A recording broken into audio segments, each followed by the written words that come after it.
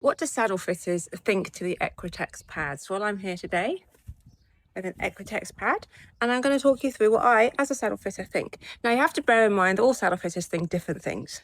We're allowed to think different things. So this is very much a personal opinion, mine, to do with the Equitex pads. Now, I see a lot of Equitex pads out and about, and I even have one myself here.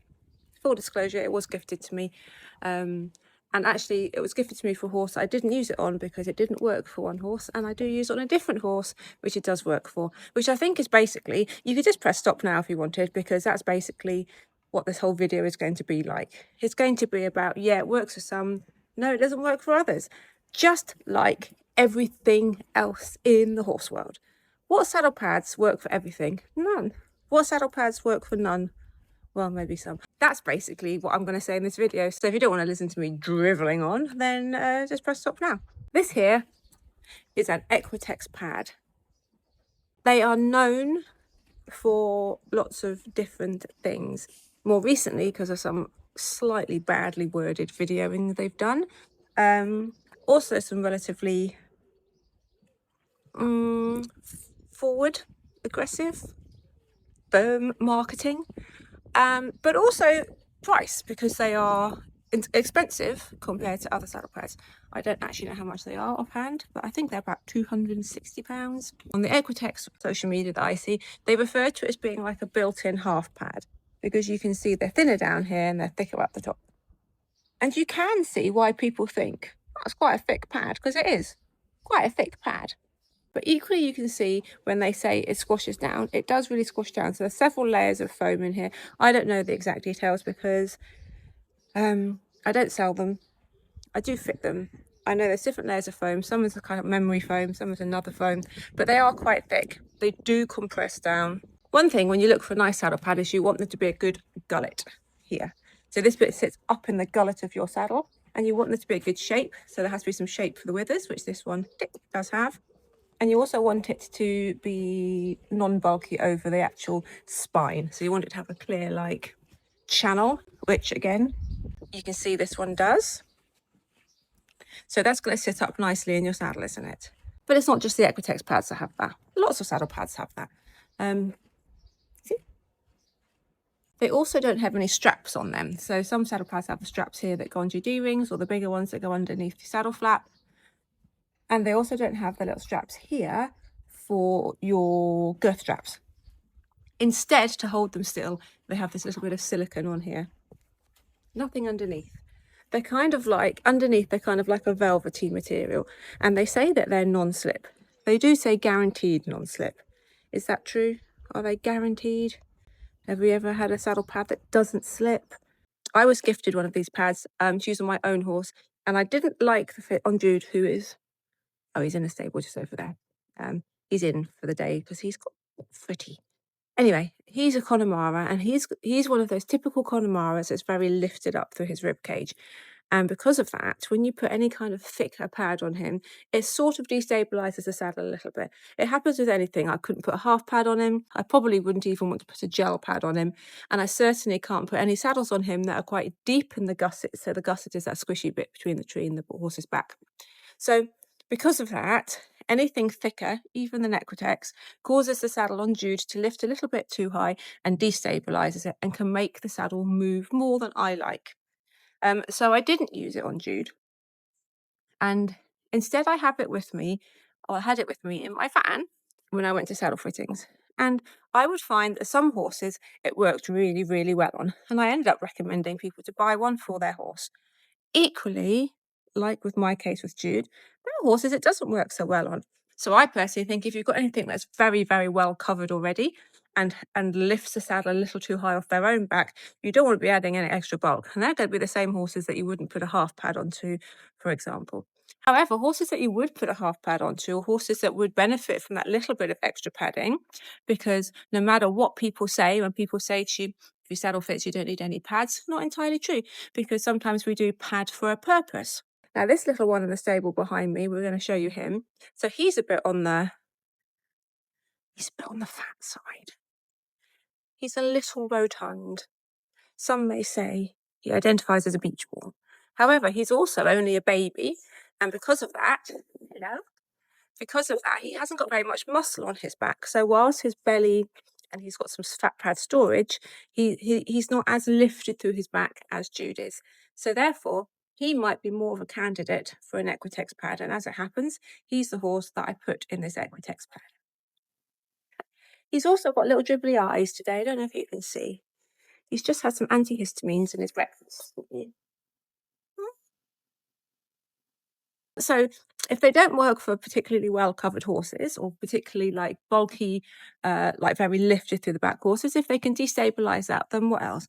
Also, I think they, if you've got a saddle, for example, with a really deep panels, you've had a saddle made of very deep panels to suit a horse, then you add this, you might get adding even more bulk. So you do have to think they do add bulk. No matter what the marketing tells you, this is a thicker pad than a normal pad. And sometimes, not always, thickness can destabilize a saddle. Yes, they compress down to not a lot, but they're still compressing down to more than, for example, a thin cotton pad.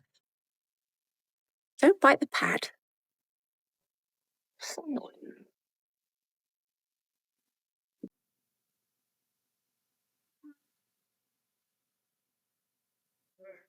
Anyway, I've got a client that's got a Grand Prix dressage horse, dressage stallion. All saddles, since I've known it for however many years, try to go off slightly to the right. Now, this horse probably has a slight weakness through its right hind, hence everything tries to go off to the right a little bit. We've done loads with saddles that have really helped. And I would say saddles have 95% cured this right, I don't know if slippage is quite the right word, movement, like right shift. But when you're riding at that level, a few millimeters off makes all the difference to how you sit and how you move your body and how you look coming down the center line. So I would say in the years we've been doing it, changing the saddle has changed probably 95% cured this right shift. Put an Equitex pad on it, completely cured the final 5%. So now there's no right shift at all. And that is just a pad. Now, I don't understand how it works because this to me doesn't feel like non-slip. It feels like velvet. So I'm not entirely sure how it works, but it definitely did work for that horse. Now, does it work because it's non-slip or does it work because it's lifting the saddle? So think if this horse that I'm talking about is shunting the saddle off one way because perhaps it's not pushing through quite so much with one hind, and therefore it's moving the opposing fore a little bit more. Therefore, the shoulder is having a bit of an interaction with the saddle. Is this then lifting away from the shoulder going to give that shoulder somewhere else to go, somewhere else to move without moving the saddle? I don't know. I don't understand the physics of it because to me, this does not feel like a non-slip pad. When we think of non-slip pads, we think sticky, gel, grippy. This is not grippy. Oh, I love you. Oh, I do. I do another yard full of show jumpers in the French close contact jump saddles, and they are almost all in the Equitex pads. And since moving them into the Equitex pads, we have noticed that their backs are much healthier. Why is this? You are getting an extra layer of protection. So if you're in a saddle that is, fairly hard panelled and foam panelled, and you are jumping big jumps and the horse is moving a lot underneath the saddle, is there any harm in having an extra layer of protection? If it works, no, of course there's no harm in that at all.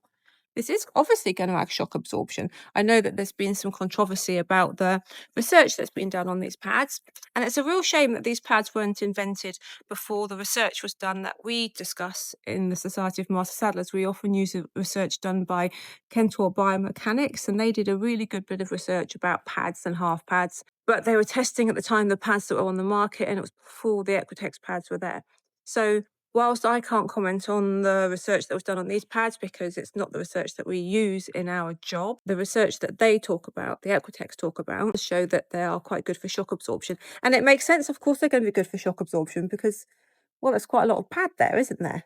That's going to take up shock better than, for example, a sheet of paper because there's a lot of padding. So if your horse requires an extra layer of shock absorption, if your horse works in one of these saddles, if it works for your horse, then awesome. Great. Do it. Spend your bazillion pounds. Do it. I mean, they're expensive, but are there other pads on the market that do the same thing? Maybe. Oh, I love him. Oh, I do. Does it change the fit of the saddle? What do you think, dude?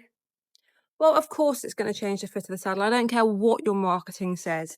This is going to fit underneath your saddle differently than a thin cotton pad. Does that mean it's a problem? No, not at all. I fit plenty of saddles with these pads merrily. I merrily fit them. I happily fit them. Owners are happy with them. Horses are happy with them. They work well under the saddle, but they have to be fitted with the saddle. Of course, this is going to fit differently than this. Of course it is. I mean, it's absolute basic physics, isn't it? This is going to sit differently underneath a saddle. Oops. Than this. So I do notice on their marketing, they do say that you should have a saddle fitter fit your saddle with one of these pads underneath, because they do fit differently. I wouldn't want a client of mine to have a little thin cotton pad and I go and do their saddle fitting with a little thin cotton pad, or even a shiny pink one like this, and then put this underneath without me checking it just to make sure. Because like I discovered on my horse, like I discovered on Jude, it does make a difference. On some horses, it does destabilize the saddle. Does it do it on all horses? No, of course it doesn't. Some horses, yes. A half pad destabilizes a saddle on some horses. A gel pad destabilizes a saddle on some horses. It doesn't mean that all gel pads are crap. You're strimming in here? Oh, where are you strimming? So I think this little chap here is a really good example of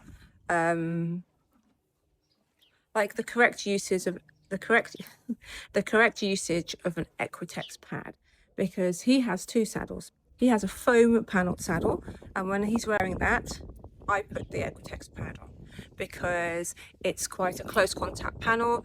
It's quite a firm panel. He's a young horse. He hasn't got a lot of muscle across his back yet, and I really want that muscle to build up. So I use something that's a bit more shock absorbing to let that muscle come up underneath. He also has a flocked panelled saddle, GP saddle, which is quite nicely flocked. It's quite deep flocking, and for that I would just use a little thin pad like that, because he doesn't need that extra bulk underneath for the flocked panel. Now, I'm not saying that you should only use these as foam panel saddles, because these work really well with some flocked panels as well, but you have to think about bulk. So if you've got a bulky saddle and a bulky pad and a bulky pony, what are you going to get? Bulk. And do you want bulk under your saddle?